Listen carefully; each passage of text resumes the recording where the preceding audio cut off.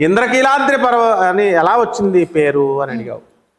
ఇంద్రకీలుడు అనేటటువంటి ఒక యక్షుడు ఉండేవాడు. అతన్ని కీలుడు అంటారు, ఇంద్రకీలుడు అని కూడా అంటారు. ఆయన ఏం చేశాడు? తపస్సు చేశాడు, ఘోరమైన తపస్సు. ఇది ఎప్పుడు జరిగిన స్టోరీ? కృతయుగంలో జరిగిన స్టోరీ. కృతయుగంలో తపస్సు చేస్తే అమ్మవారు కనకదుర్గమ్మ తల్లి ప్రత్యక్షమైంది. ఏం కావాలి బిడ్డా అని అడిగింది. మనమైతే 4 కార్లు 4 విల్లాలు ఇచ్చేయమ్మా అంటాం. ఆయన ఏం చెప్పాడంటే, అమ్మా నువ్వు నా శిరస్సు మీద వెలవాలి తల్లి, ఎప్పుడు నిరంతరం నేను నీ సేవ చేసుకోవాలా అని అడుగుతాడు. అడిగితే అలాగే నాయన అని చెప్పి ఇంద్రకీలుడిని కీలుడిని ఆ యక్షుడిని మొత్తం ఒక పర్వతంగా మార్చేసి అమ్మవారు ఆయన శిరస్సు మీద వెలిసింది.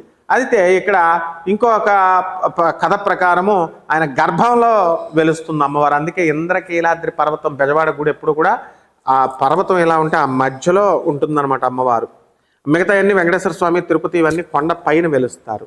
కాబట్టి ఈ విధంగా అతని పేరు మీదగా ఈ ఇంద్రకీలాద్రి అనేటటువంటి పేరు వచ్చింది. అంతేకాదు ఇంద్రుడు ఇక్కడ ఇంద్రుడు పోస్టు పీకేశారు. పోస్టు పీకేస్తే ఏం చేయాలో అర్థం కాల.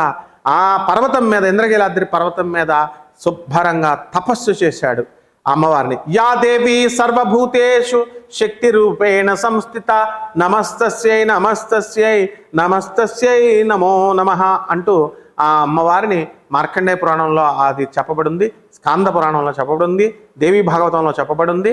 ఆ విధంగా తపస్సు చేస్తే మళ్ళీ ఇంద్రుడు పోస్టు ఆయనకి అమ్మవారి ఇప్పించింది. కాబట్టి ఈ ఇద్దరి పేరు మీదుగా ఇంద్రకీలాద్రి అనేటటువంటి పేరు వచ్చిందమ్మా మన బెజవాడ కనకదుర్గమ్మ గుడికి.